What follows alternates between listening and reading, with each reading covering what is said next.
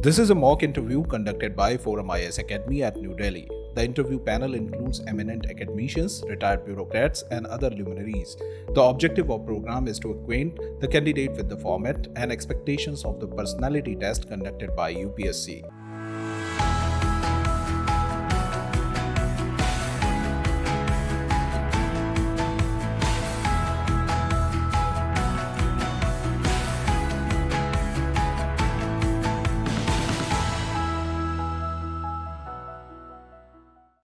We are very happy to meet a medical doctor.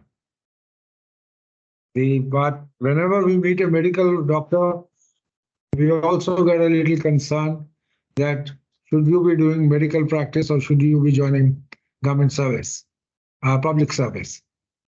What do you feel? Yes, sir. Certainly, after getting into public service, there is limited avenues where we can directly use our skills and medical knowledge, sir. Having said that, I would justify on the two bases, sir. One is that the public service or the civil service really interested me in terms of the vast diversity of offers and also the ability to contribute at the policy making and also the implementation of policy at the grassroots level, sir.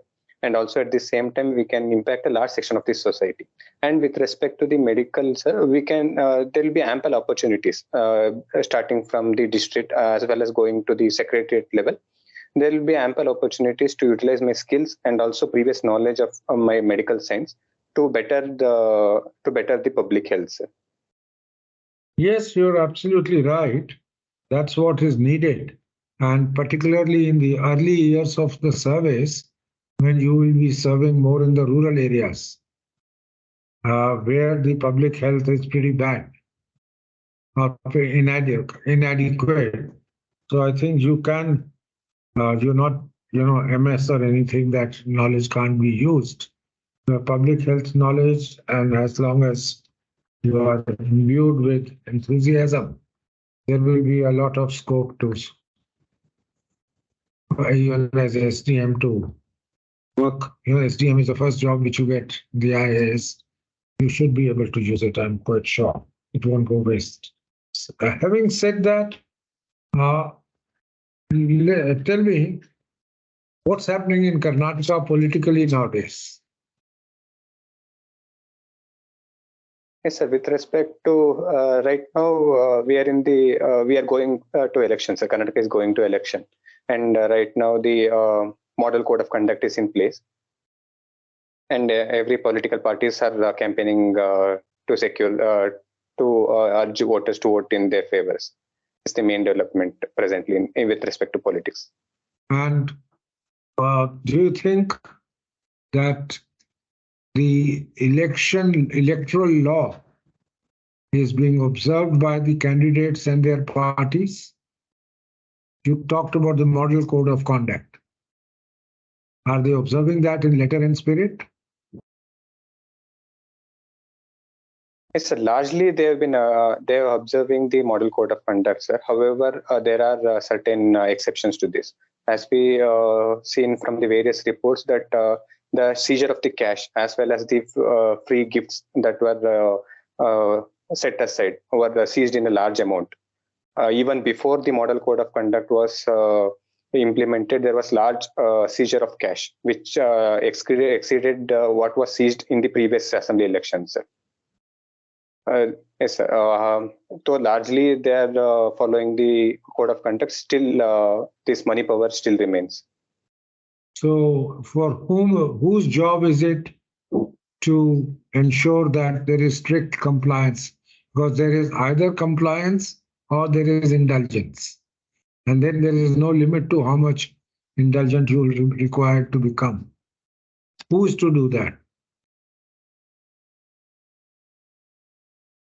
So the onus is on all the stakeholders, right? From the we as voters, we have also a duty to inform any cash movements as well as reject any directly reject and shame whoever parties that offers the cash.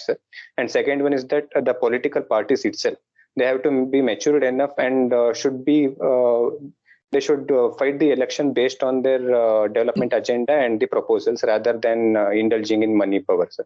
And third one, it's also onus is on the administration to ensure that there is no strict compliance with the non-distribution of freebies and monies. You are right at all the levels which you have stated. They are correct answers or correct explanation. But tell me, there is no election commission beyond Delhi. The state government officials, district magistrates and below, become the arms of the election commission. There is no separate implementing or enforcing setup. So why are the state government officials who are now, ever since the model code of conduct came, they can't be transferred by the state government, and they can't be removed other than by the election commissioner of India. So why are they not, or why don't they demonstrate their muscles and do the right thing? Yes, sir. I would like to say that they are they're putting the effort, sir. As we've seen that as soon as the model code of conduct came into force, they immediately took all the official vehicles. Even in the middle of the road also, they took from the politicians, sir. And second one, they are not sparing even the current chief minister also. They stop and search the vehicles of the CM, the chief minister itself, sir. And having said that, sir, though the administration is strict and implementing the policy to the utmost case, sir, however, there are loopholes, like the culprits are utilizing various means, like through traveling on foot. They're using other means to transport the money, sir, mainly. Yeah, so which means that the state officials have to be stricter than what they might be doing good work, but during election times, unless they do the complete work, it is not adequate to ensure the fairness of the election. Anyway, I like your answer. Tell me, Varun, after this COVID, but in fact during the COVID time only, government had amended Epidemic Disease Act 1897, right? Are you aware of the amendment that was done? Yes, sir. There were some proposals about preventing the violence against healthcare, sir, and other provisions, which I'm unable to recall right now. Sorry, sir. I'll read more on that. Those are the important ones. Anyway, forget about those amendments. Taking your own experience of COVID. Now, suppose you are asked to propose amendment in this Disease Act, right? What all suggestions would you make to the government?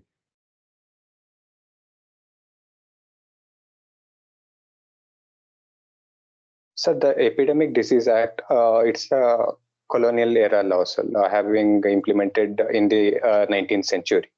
And the present healthcare scenario goes beyond that. And particularly when the pandemics, experts have pointed out that pandemics will be frequent in the future. We have to have a large scale reforms.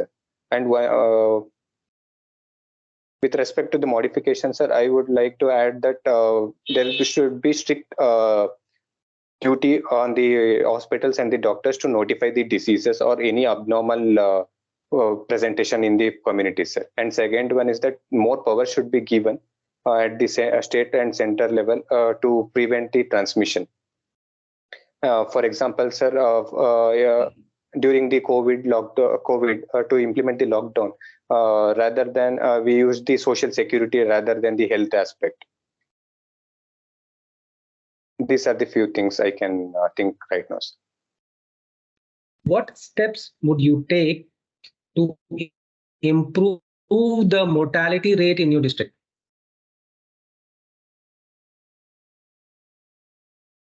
With respect to, sir, general mortality rate or maternal, some that you have to define.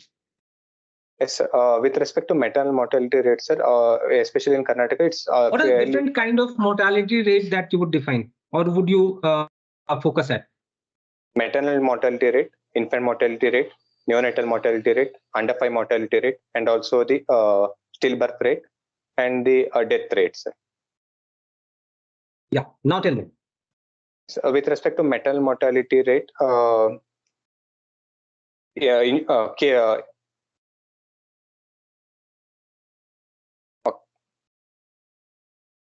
a skilled attendance at birth should be increased. Like though 90% of pregnants are delivering in institutions, still 10% are missing. So we can utilize, we can urge, we can push those mothers to institutionalized healthcare or have a skilled attender at birth. How would you do that?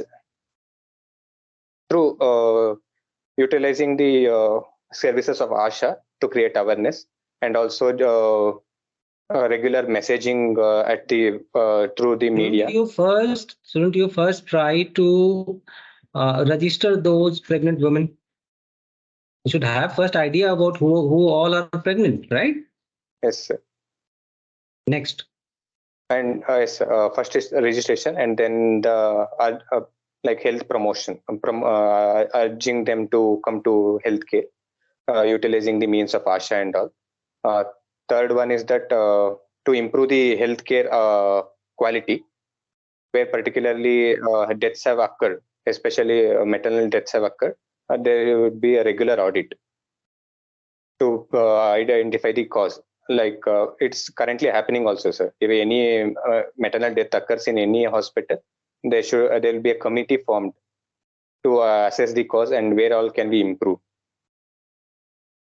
Right. And second one is come to the general deaths. How would you prevent that? yes, we can categorize general deaths into two causes, sir. Like one is the preventable deaths and the one is the natural deaths. Improving the life expectancy requires large scale, depends on other factors also, like improving the nutrition and reducing the pollution. It depends on the various factors. Tell me about those deaths which are preventable. Forget about the natural deaths. Yes, one is the preventable deaths. We have to have an idea where, like how many, like first I would like to say that there are many of the preventable deaths, especially in the old age, are occurring due to neglect of non-communicable diseases.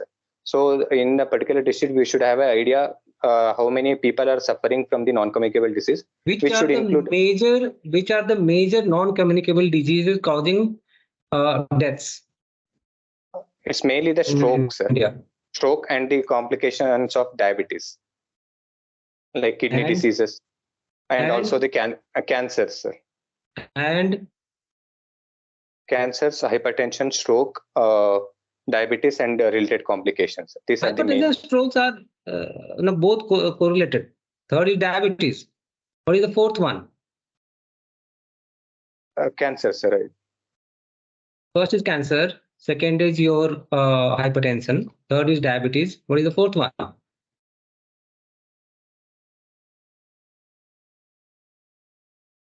Pulmonary. It's a pulmonary disease. Yes, COPD. Yes, sir. Thank you, sir. Last year, our Prime Minister had said that, we are on a journey to a developed nation in the next 25 years.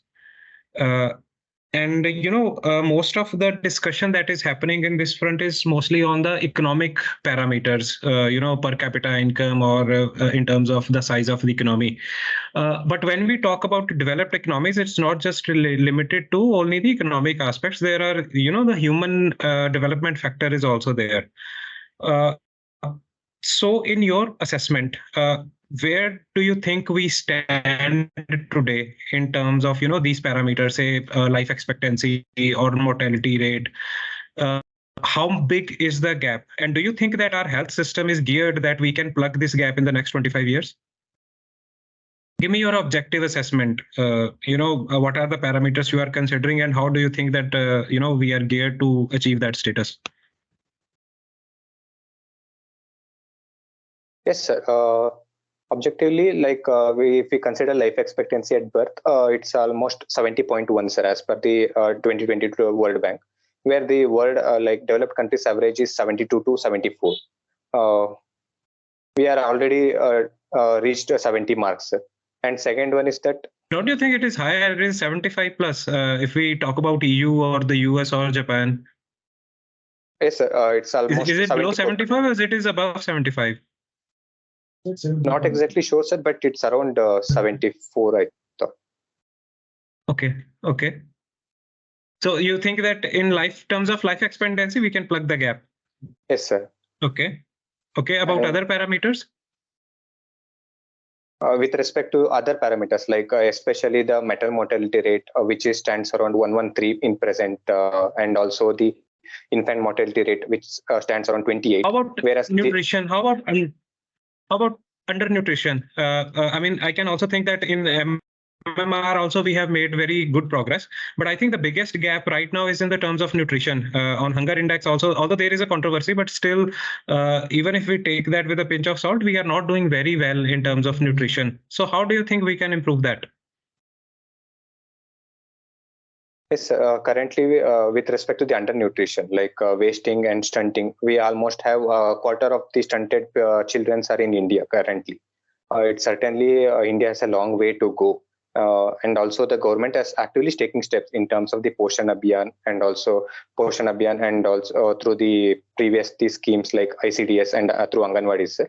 Having said that, still there's a long way to go with respect to the malnutrition and especially with coming to the stunting, sir, which requires large-scale measures. It should start from the antenatal care itself, because the healthy mother leads to a healthy baby, which will become the healthy adult. So we should plug the gaps in the antenatal care, improving the antenatal care. One of the key area to concentrate on is the addressing the anemia of the females. Almost 50% of the females are anemic. And second one is that we should improve the healthcare at birth. Healthcare at birth, and also one of the contributing factor to malnutrition is the diseases at the early stage. So vaccination uptake should be scaled. Though the government has taken remarkable step through Mission Indradhanush, still we have gaps to fill, sir. And third one is that with respect to the awareness generation, many of the sorry, sir, am I audible now? I think. Yeah, go on. I can hear you. Yes. Okay. After the birth, I can hear you. You can go on. Yes, with respect to the breastfeeding, which is very much required, it's not happening currently. And the government has brought out the Mother's Absolute Affection program to create awareness. And also after 6 months, we should have two-pronged strategy. One is to improve the nutrition, and second one is to address the healthcare gap. Improving the nutrition can be plugged through getting access, providing them nutritious food where they are unable to afford nutrition food. And second one is to create awareness about feeding, correct feeding practices as per the age. And third one, and with respect to healthcare, we should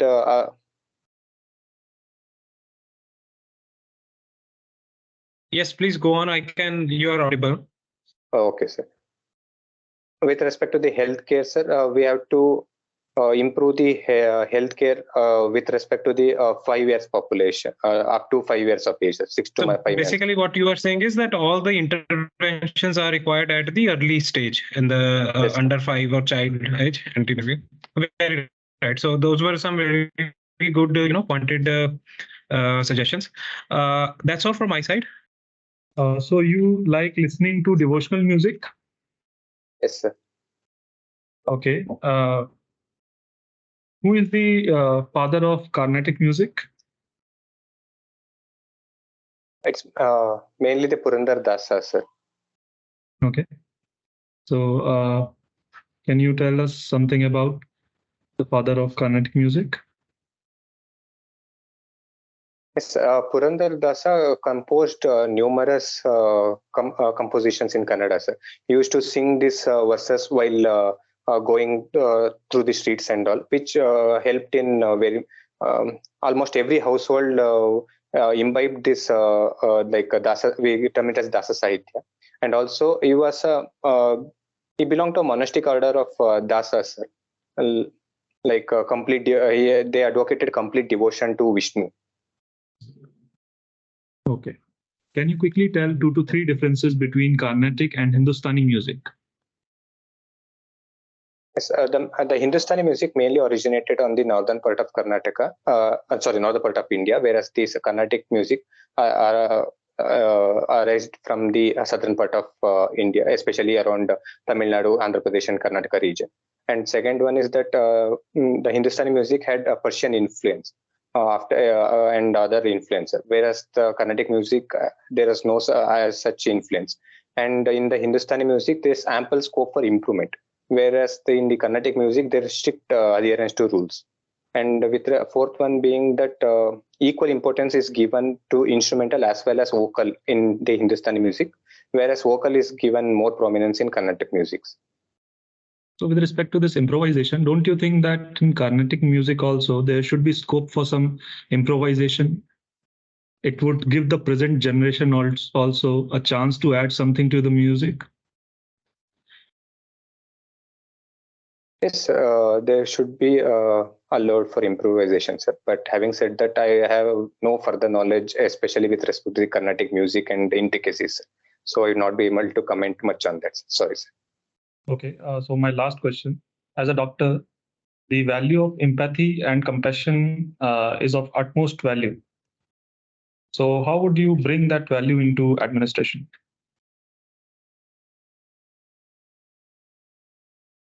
As highlighted by you only, sir, empathy and compassion are inseparable from the medical practice. And having having studied for 5.5 years and also still practicing as a medical doctor, sir, I think empathy and compassion is very much ingrained into my working nature, sir. So I would continue the same, and also while dealing with any persons in any capacity that will be posted in the future, I would utilize my this skills this empathy and compassion. I would go beyond